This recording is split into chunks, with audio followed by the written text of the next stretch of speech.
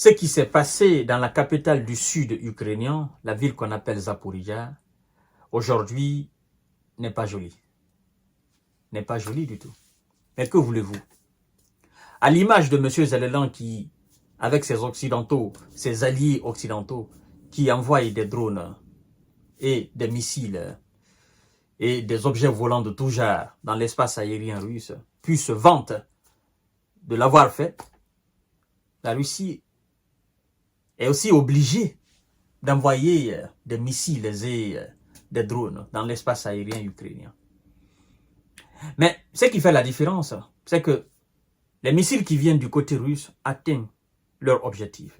Mais du côté ukrainien, les drones qu'on envoie, ces drones sont abattus. C'est ce qui fait la différence. Et à chaque fois que on envoie sur les villes ukrainiennes, ça fait dégâts, ça fait mouche, ça fait couler assez d'encre. Et puis, on se met à s'apitoyer sur son sort. On se met à condamner l'autre d'animal, sauvage. On se met à le qualifier d'inhumain. Mais ce qu'on l'a fait soi-même, ça, on se félicite de l'avoir fait. Alors, puisqu'on parle, ils ne comprennent pas. Nous autres, nous allons en parler. Mesdames et messieurs et mesdemoiselles, je vous ai dit aujourd'hui que c'est coup pour coup, œil pour œil, dent pour dent désormais. Des frappes russes font au moins 11 blessés à Zaporizhzhia. Au moins 11 personnes ont été blessées dimanche dans une série de bombardements russes sur Zaporizhzhia, dans le sud de l'Ukraine, ont annoncé les services de secours ukrainiens. La capitale régionale a été pilonnée par plusieurs frappes aériennes massives à l'aube, d'après le récit des secours dans un communiqué. Un immeuble et 6 maisons situées dans différents quartiers de la ville ont subi d'importantes destructions, ont-ils ajouté, précisant que 42 secouristes étaient sur place pour venir en aide à d'éventuelles personnes coincées sous les décombres. Qu'est-ce que vous voulez? Selon les données préliminaires, le nombre de personnes serait passé à 11 personnes. On poursuivi les secouristes ukrainiens, selon qui les opérations de secours sont désormais terminées. Bon, une daronne a été sortie des décombres et transportée à l'hôpital. Le gouverneur régional de Minsk, Ivan Fedorov, précise que l'armée russe avait frappé la ville de Zaporizhzhia à 10 reprises, détruisant notamment un immeuble et à plusieurs étages et des maisons. Alors, vous voyez les images qui sont là. Monsieur Zelensky et ses alliés ne comprennent pas. En fait, pendant que eux ils sont en train de se planifier pour procéder à des attaques, pendant qu'ils sont en train de tracer les plans d'attaque, les plans d'envoi de drones, pendant ce même temps, la Russie aussi de son côté se prépare à frapper. En fait, c'est comme si, bon, je dirais même pas c'est comme si, c'est comme ça. Les services de renseignement russes, le FSB, c'est que M. Zelensky marmonne. C'est effectivement ce que l'armée de M. Zelensky marmonne chaque nuit, chaque jour. Et donc, les informations sur un plateau de télé, ces informations effectivement sont données au commandant et qui procède aussi à des contre-frappes.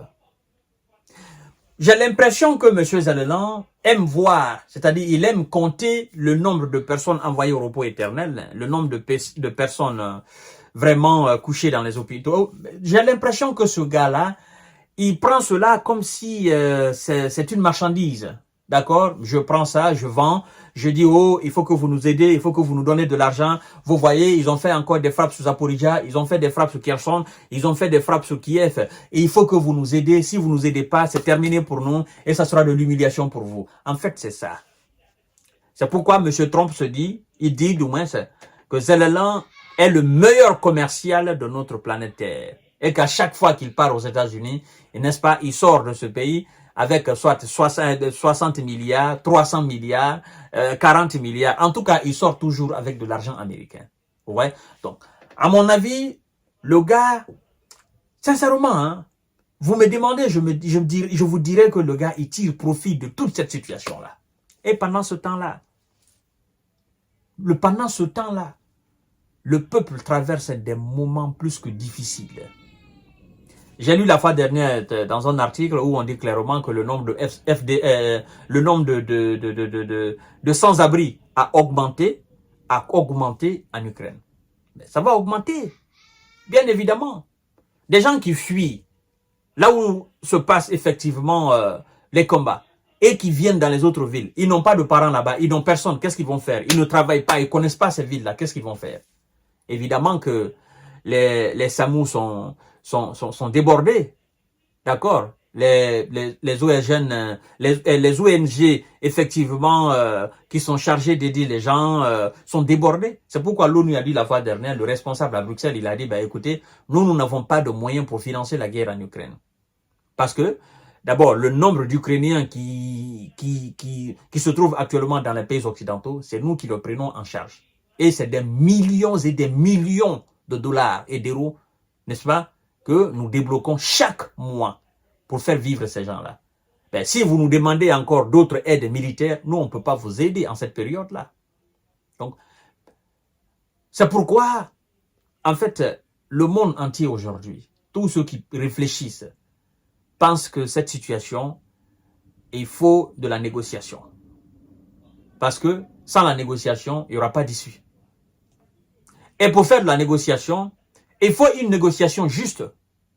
Parce que vous n'allez pas vous asseoir devant les responsables russes pour dire, bon, écoutez, ben, on ne peut pas accepter que vous restiez sur ce territoire, on ne peut pas accepter que vous preniez une bonne partie de ce territoire, de ce pays-là, il faut que vous laissez tout et que vous rentrez chez vous. Mais Poutine, le Kremlin va vous dire que vous êtes fou.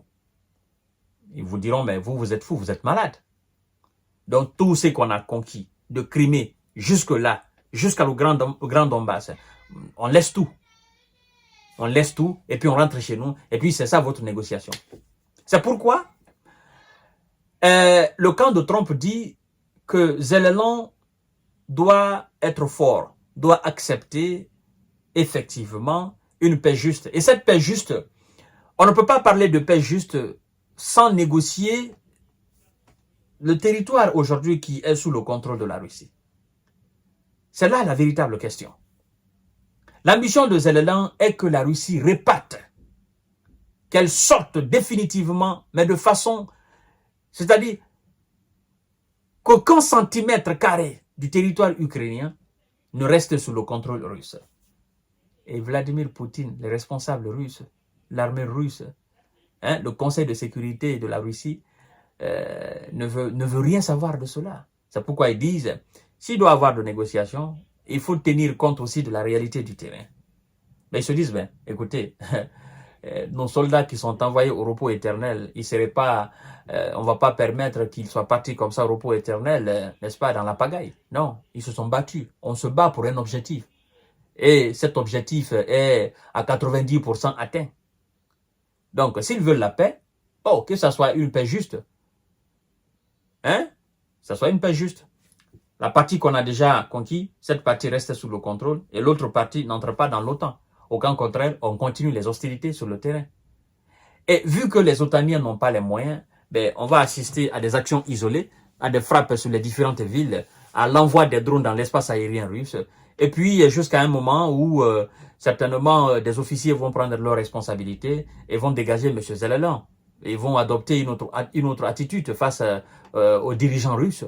Voilà, mesdames et messieurs, je vous donne rendez-vous tout à l'heure. C'est ce qui s'est passé aujourd'hui à Zaporizhzhia. Et il y a des gens qui sont dehors, c'est vraiment misérable. Mais qu'est-ce que vous voulez? Les dirigeants s'obstinent. Qu'est-ce que vous voulez? Nous autres, on est là pour décortiquer, vous informer. Merci beaucoup.